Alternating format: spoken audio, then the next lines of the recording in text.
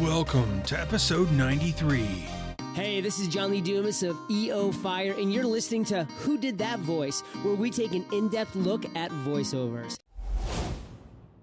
Ready to take a vacay, but you just don't have the time to plan? Let the agents at 3D Travel Company pamper you and take care of all the little details. Find us at www.whodidthatvoice.co and click the Book Now button on the left-hand side. For a limited time, Who Did That Voice listeners can receive a Disney gift card for qualifying Disney and Universal trips booked and traveled by 2017. Hurry and book today so you can travel away.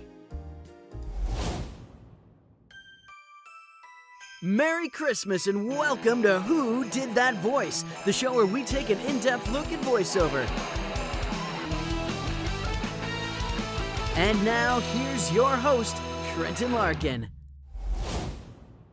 Hello everyone and welcome back to the show. I hope everyone had a very happy Thanksgiving, lots of great foods, and wonderful time with family and loved ones. Today's special guest is an actress who has voiced Rosie, a warthog-type character from the animated film called The Wildlife. She's also played Weecha the raccoon from a film that came out this July called Son of Bigfoot. I hope you guys all enjoy today's episode. Now sit back, relax, and enjoy the show. Hello everyone and welcome to another episode of Who Did That Voice. Today on the show I have Laila Berzins joining me. Laila, thank you so much for coming on the show today. Oh, it's my pleasure. Thanks for having me. Well, it's my pleasure to have you. You know, I've always started off asking my actors or special guests that come on the show to tell us a little bit about themselves. Who was Laila growing up, the young girl that became the woman in voiceover and acting? Well, it all started back in 1983. No, that's a good question. I have kind of an interesting story. Grew up in West Hartford, Connecticut. I survived being the daughter of two psychologists, which has made me very aware of myself, my strengths and my weaknesses, and also get in touch with my emotions. But no, I kind of grew up I was like a human television set. I just always singing, always reciting commercials. In elementary school, I was singing the Alka-Seltzer song and the Magic Potty Baby commercial to my friends. I was the type of kid who obnoxiously knew all the lines to The Lion King and had no shame in saying it. When I had the chicken pox, I made up a song about it. Literally, I'd make a song about everything. I kind of, I was always trying to get the lead in plays in school, and I played piano, and I also sang in a lot of choruses. So pretty much entertainment was a huge part of my life, and also kind of my therapy. Because I was kind of what I would describe as a shy, outgoing person. Like I could be very zany one second, but if you cut me in the cafeteria line, I couldn't say anything. I wasn't self-confident. But through acting, it was my outlet to explore sides of my personality I normally couldn't. I grew up in Connecticut with a sister who's 2 years younger than me, and I'm 33 now, so you do the math, honey. I don't remember my 20s, that's how you know they were good years. That's pretty much the story of me growing up. I went to the University of Connecticut and studied communications, and I thought I was going to work in some form of children's programming, and then I didn't, realize until many years later that I could actually work in voiceover, that this was something you could study and do. So I hope that gives you kind of in a nutshell. Yeah, absolutely. I appreciate you kind of diving into your background and kind of how, Laila became the woman she is now in acting and voice acting. As far as acting goes and voice acting more so, we kind of got the background on your acting, theater and different things, trying to be in different productions. But what kind of led you to really initially get into voiceover? Well, two things. One was Mrs. Doubtfire. That was Robin Williams is my reason for being. When people ask me what's your inspiration, I say he is my muse. He is. I have always aspired to be 1/10 of a shred as talented as him, like a female Robin Williams. I always felt like he was my spirit animal. He was my person I connected with. Mrs. Doubtfire and the genie in Aladdin changed my life. And again, I didn't know until about 2007, after graduating from college and doing some survival jobs, through a friend of my mom's who worked in radio, that I could study voiceover. So I started schlepping into New York on the weekends to Edge Studios in New York, and then training with different coaches, and eventually started training with coaches in different areas at different organizations, Yeah. individuals, and slowly started putting together my demos.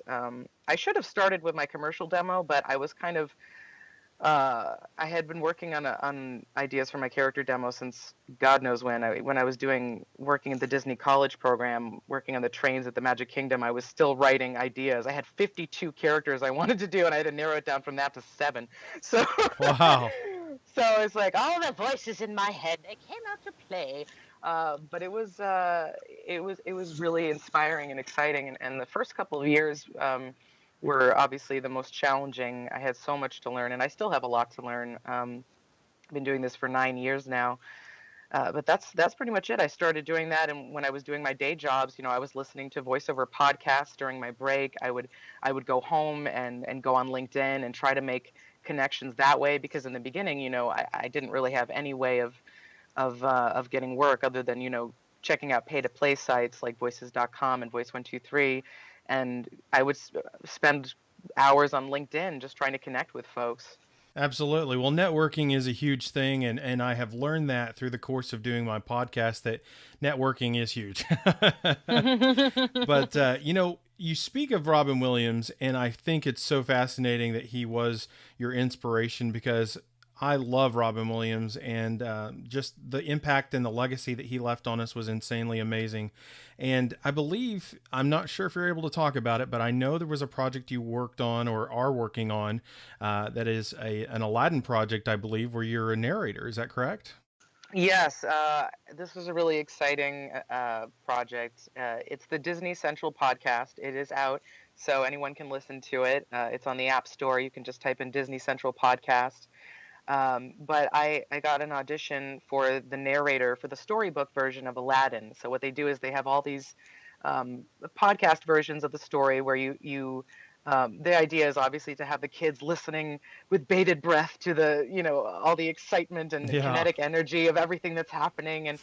And the specs for the project were male, 30 to 50, no regional accent. And when I got this from the casting director, I said, can I submit for this? And he said, sure, you know what, surprise them. And so I did, and I read as the different characters. It was kind of like Jafar light and Jasmine light, so they didn't want the full-on accents, but it would be, like, at last, after all these years of searching the cave of wonders, and they were like, okay, take out the accent, or it'd be so I sent it in, and then I found out that when they heard my audition, they changed the specs to a female, and I was overjoyed, because it's my favorite story of all time. So then I got to spend a couple hours recording the story, and it's about 14 or 16 minutes long. It's a really fun little bit, and it was one of the most fun projects I got to do. It was my first Disney job, so Well, that yay! is super fantastic. Yeah, I mean, working with Disney is just an out of this world experience from everything I've heard from other actors in the past. And it's just fascinating that since Robin Williams was such an inspiration to you, that you were able to be a part of that Aladdin legacy through Disney. So that's fantastic. And that they didn't stick to their has to be a guy for the narrator, that they were flexible and, you know, kept an open mind, which I love. I love that they did that. It was a nice surprise, and I have to tell you, I did get very emotional at the end, because when you're saying goodbye to the genie, and I had to narrate that part when the genie gets free, and I was like, hold on, you guys, hold on a second, I need a moment. It was a lot of fun, and then sometimes after sessions, I like to serenade my casting director, and I happen to have a parody song called ADD to the tune of Prince Ali. So, so I put that on and sang that for them afterwards, and I was like, this is something to remember me by. That is funny. That is absolutely funny. Well, Laila, I want to talk about the project that came out last September, I believe it was. It's called The Wildlife, and you played a character named Rosie. Tell us a little bit about that movie that released in theaters back in September, and who was Rosie? What kind of a character was she? Oh, sure. So Rosie, well, the story of the casting, I should back up slightly. I was reading the original name of this project was called Tuesday's Tale. It was supposed to be focused on a parrot and their vantage point of meeting Robinson Crusoe on a deserted island and kind of their friendship. And I was reading for the bird, and it wasn't really in my register. And I was like, oh, I'm not really feeling this. And the casting director said, hey, we have this other part for you. It's this very sassy kind of tapir. And for those who are not familiar, a tapir is a kind of a cross between a warthog and an anteater. Has the body of a warthog and the nose of an anteater. And she kind of looks like a female Pumbaa, but without the tusks. And so when I said, oh yeah, I can do sassy. So they just had me read a couple lines, and I was like, he said, boot, you old coot. Oh yeah, that's great. Listen to the human. And I just did a couple things and improv'd, and then I found out that I booked the role. And it was a really cool project. It was my first animated feature through N-Wave Pictures and Studio Canal out in Belgium. So what they do is they produce it for the European market, and then they release it in the U.S., and it was done through Lionsgate. The company who created it is Illuminata Pictures. Not Illuminati, but Illuminata. Very important. And Rosie is she provides a lot of comic relief in the movie. She's a very large and in charge personality. In pretty much every scene, she's eating. So yes, I really love her. She an interesting fact about her, although they don't really address it in the movie. The subtext is she has an armadillo boyfriend. So Pango in the movie is technically her boyfriend. So go figure. But yes, she has an armadillo boyfriend, and at one point, Scrubby the goat, when he gets his glasses, hits on her a little bit. He's like, "Oh, you're gorgeous." So she does all right with the fellas. And speaking of that project, thank you so much for sharing about The Wildlife. I know there's another movie going to be coming out called The Son of Bigfoot. Tell us about your characters on that. You play Weecha the raccoon and a 911 operator. Yeah, so The Son of Bigfoot, and I don't want to give too much away, but it's kind of a coming-of-age story about, as you can guess, the son of Bigfoot, a teen boy who discovers that his father is Bigfoot, and that's all I'm going to say because I don't want to spoil the drama and excitement. But it releases late summer in France, Belgium, Germany, Australia, and New Zealand, and then we don't know yet when it's releasing in the U.S. But Weecha the raccoon is kind of like Babs the Gangster's Mall on what's that? Give My Regards to Broadway back when I did that. She's very she's just kind of like very. I like my boyfriend's so brave and strong. Just another kind of sassy, humorous character that provides some comic relief. And obviously the 911 operator was more of just a straight role of 911, sir. There's no such thing as Bigfoot,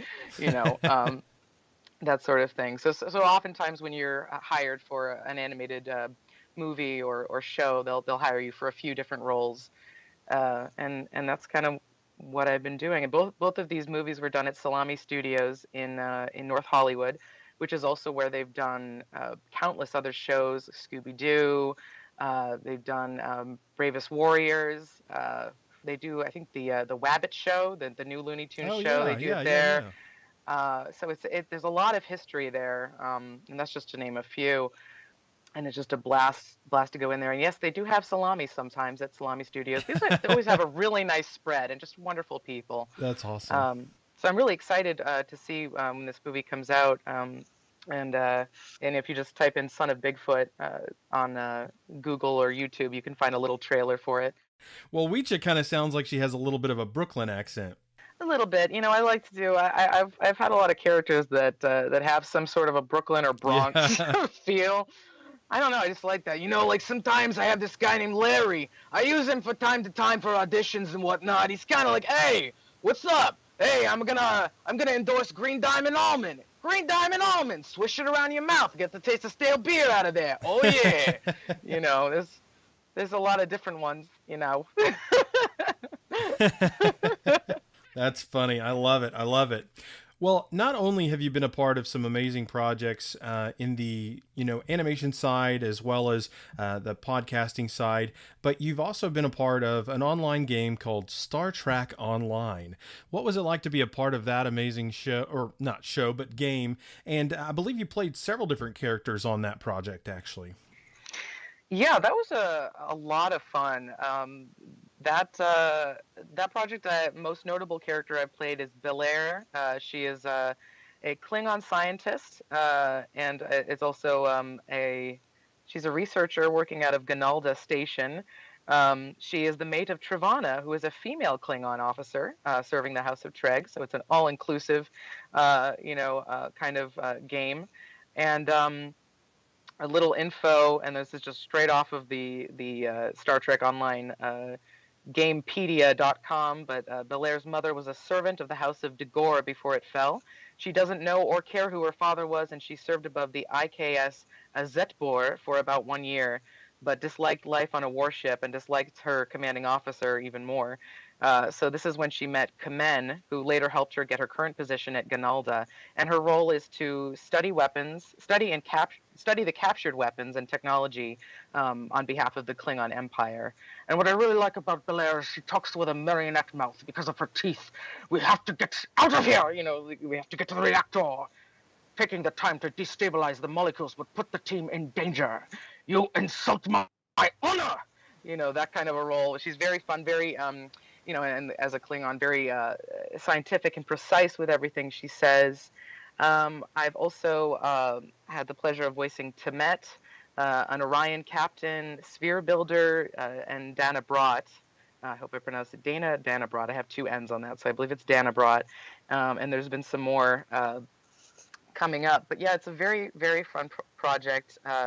Done through Cryptic Studios, and the director was Lonnie Manella of AudioGods.com. That's with Audio Gods with a Z. She is a really amazing director who I've worked on a few things with, like Tai Chi Panda 2, Neverwinter, and Heroes of Newerth. So I'm very grateful for connecting with her, and yeah, it's just fun times all around.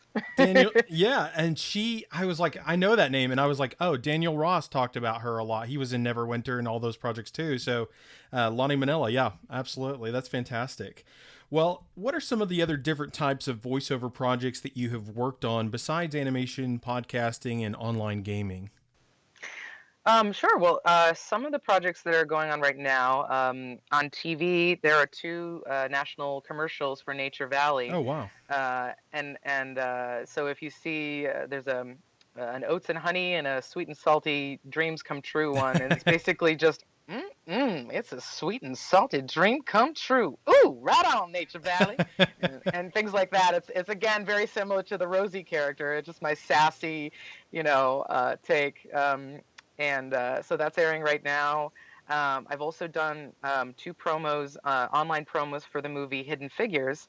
If you type in Google Expeditions Hidden Figures on YouTube or on Google, obviously, you can see the trailer, the promo for the movie, kind of celebrating the women involved and their contributions to NASA and to the space exploration.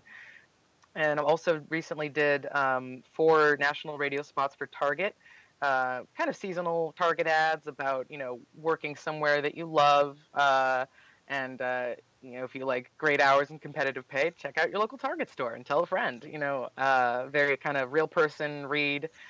And I did narration for Wetland Whiskey, which I'm going to have a video for soon on my Vimeo page. An internal narration for Nike, which was cool. Nice. And then on Netflix, I dubbed there's a Mexican drama, very juicy drama, lots of fun cliffhangers. It's called Ingobernable, which translates to ungovernable.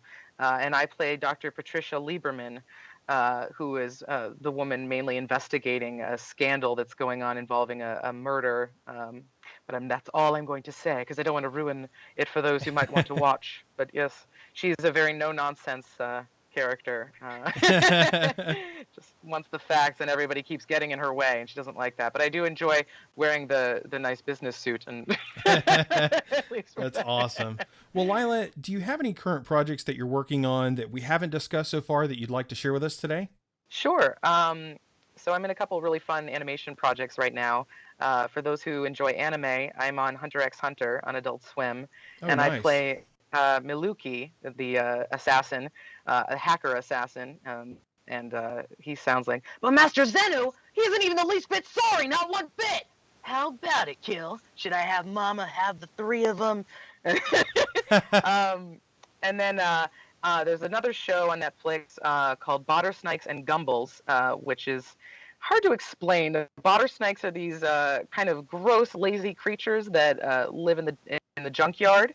And the Gumballs are these sweet, stretchy, Gumby-like creatures that eat grubs and are always kind of at odds with the snakes. The snakes are always trying to capture them and stick them in cans and make them do work for them in the mattress mines because the snakes eat moldy mattress stuffing. It is their favorite thing. The moldier, the better. And in that show, I play Snorg. It's just also kind of, you're hearing, it's sort of like a Bronx character as well. She's one of the laziest of snakes, not very bright. And Snorg and Glob are very good friends.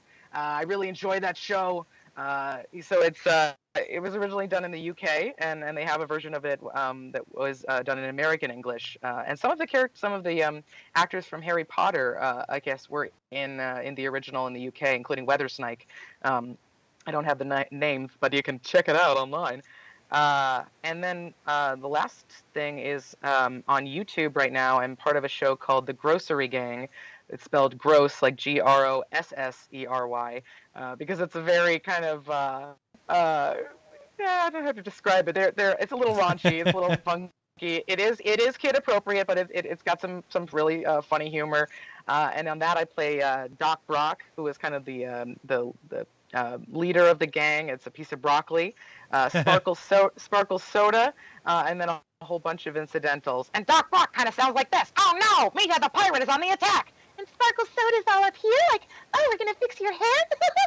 And Oh, wow. then just a whole bunch of really fun characters, monsters, and other things that you'll see soon. And we have some amazing people on that show: Nicholas Roy, Sean Spicer, Alexander Ryan, and the newest addition is Kyle Hebert, who most people know as Gohan in Dragon Ball Z. He plays a whole bunch of incidentals on that as well. And actually, when I'm done with this interview, I'm going to be heading over to do this more of the Grocery Gang. Oh, wow. Yeah, and lots of video games, but they have not released yet, so I cannot mention. Oh, I understand NDA, but it's awesome to hear these different character voices you've kind of just busted into a little bit for us. There's such a diversity between all of them. Some that are definitely in the higher pitch, some in the lower pitch, and a variety between some that sound more masculine and more feminine. And I love the versatility that you have in your voice. It's amazing. Thank you. Yeah, you're very welcome. Well, I just have two final questions for you today, Laila. And the first one is, how can people reach out to you social media wise? Maybe someone has questions, or maybe someone's even looking to hire you for a voiceover project. Sure. Well, my website is lilaberzins.com. And I will spell that because it's not the typical spelling. It's great when telemarketers call because they say, "Is Laila here?" And I say, "There's no one here by that name." The website is LAILA, B like boy, ERZ like zebra, N as in Nancy, S as in Sam. So lilaberzins.com, and that's going to have a whole new look shortly. It's under revision. You can find me on Facebook. It's Laila.Berzins voiceovers. And on Twitter, it's LBerzins_voices. And on YouTube, Laila Berzins VO. And LinkedIn, just search for Laila Berzins. Can't miss me. Not too many of us. And I did want to do a shout out, though, to Roy Yokelson of Antland Productions. He has done all of my demos, and he has been an incredible mentor and friend. And if anybody is looking for additional guidance or demos, or just needs some audio help, I highly recommend him. His website is antlandproductions.com, which sounds is spelled just how it sounds, A-N-T, like Ant Land Productions, antlandproductions.com. That is all. Yes, good old Uncle Roy had him on the show. I think it was end of last year, and that was a real pleasure as well. A real honor to have him on, and he's such a talented man. But Laila, the last question I have for you today is, what is the legacy that you want to leave behind? Wow, that is a... Whew. I knew you were going to throw me for a loop here. I think more than anything, I want to leave a legacy of somebody who put in their heart and soul into every project, and really just I want to be seen as a strong actor, and as somebody with a great range, but that also can learn and grow from my experiences, and that's kind of essentially what I really want to be, to grow more as a name in the world of animation. And I have a secret dream also, which is to voice movie trailers. We'll see, but nice. But that is my biggest thing, is to really just more and more animation, and leave a legacy of an amazing animation career of male, female, creature, animal voices. The sky's the limit. I really love challenging myself, and it's my favorite thing in the world to do. Maybe you'll be on Zootopia too. I can dream. Hey, you never know. That's where it starts. It starts with a dream, and then you go from there. So, well, Laila, it has been an absolute honor and pleasure having you on the show today. Would you please give us a special closeout as we wrap up today's episode? Hi, this is Laila Berzins, and you're listening to Who Did That Voice? And now, something special. At the tone, please record your voice message. When you have finished recording, you may hang up or press pound for more options. Beep. Pete, I'm holding iced tea. Yeah, you holding iced tea? Pete, I'm holding iced tea. Yeah, you holding iced tea? So how's that novel you been working on? Oh my God, they killed Kenny. Oh my God, they killed Kenny. No, he's not dead, you guys. Let me just poke him. He's not dead. Let me just poke him. You want some cheesy poos? You can have an eensy-weensy bit, can't you? Just a weensy-eensy. Woo-woo. That's it. That's the tune of Funky Town. Don't you want to get high? Hey, fish. Hey, fish. My mom says you left a box of wine. Homer, were you up all night eating cheese? 64 slices of American cheese. Oh. Hi, ho, Kermit the Frog here. Hi, ho, Kermit the Frog here. Oh yeah, oh baby. Oh yeah, oh baby. Brittany, where is my bra? Brittany, give me back my bra. Filthy Herbert says he ruins it. Where are my pants? I cannot find my pants. Hey, what's it to you, pal? Elmo loves you. Elmo loves you. How in the world does this conflammid thing? Beep.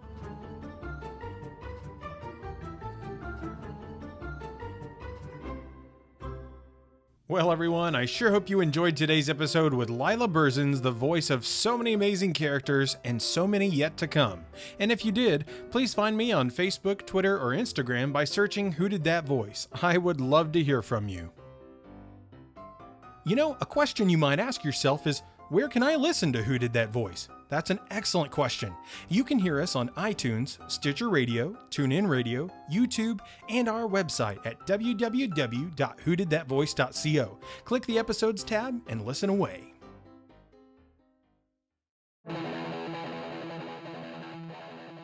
Well, everyone, that's all the time we have for this episode. Join us next time for our special guest, Pierre Mauboucher, all the way from Paris, France. You won't want to miss this episode. Hey, do you ask yourself who did that voice? Well, if you do, go to our website, www.whodidthatvoice.co, and click on the Episodes tab. Choose an actor, pick their name, and see pictures from the different characters they've voiced in their career. Thank you for joining us today. We'll see you next time for more discoveries on Who Did That Voice.